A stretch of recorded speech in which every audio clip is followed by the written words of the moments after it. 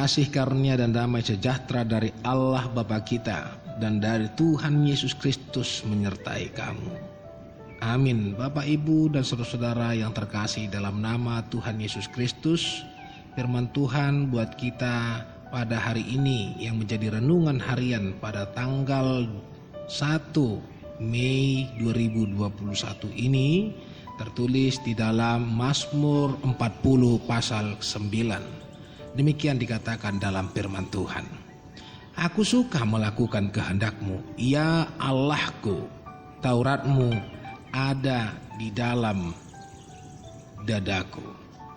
Bapak, Ibu, dan saudara-saudara yang terkasih dalam nama Tuhan Yesus Kristus, bagaimana hati kita saat membaca Alkitab? Seperti yang kita lakukan setiap harinya, yang dimana dipesankan untuk kita untuk belajar firman Tuhan. Apakah kita melakukannya dengan terpaksa atau hanya sebatas rutinitas belaka? Tertulis di dalam Kisah Para Rasul pasal 13 ayat 22b dikatakan, tentang Daud Allah telah menyatakan, Aku telah mendapat Daud bin Isai, seorang yang berkenan di hatiku dan yang melakukan segala kehendakku. Daud hidupnya berkenan kepada Tuhan, oleh karena ia menyukai Taurat Tuhan dan melakukannya. Perhatikan perkataan Daud ini, betapa ku cintai Taurat-Mu, aku merenungkannya sepanjang hari. Tertulis dalam Mazmur pasal 119 ayat 97. Bapak, Ibu, dan saudara-saudara yang terkasih, sebagai anak-anaknya kita pun harus memiliki perasaan yang sama, yaitu mencintai firman Tuhan dan senantiasa mau menuruti segala perintahnya. Bagi orang yang menaruh kasih kepada Tuhan dalam hatinya, tidak ada yang terlalu berat untuk dilakukan, dan itulah yang menyenangkan hati Tuhan. Ada tertulis, barang siapa memegang perintahku dan melakukannya, dialah yang mengasihi aku.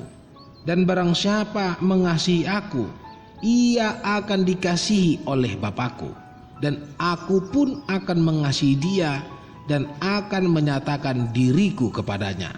Tertulis dalam Yohanes pasal 14 ayat 21.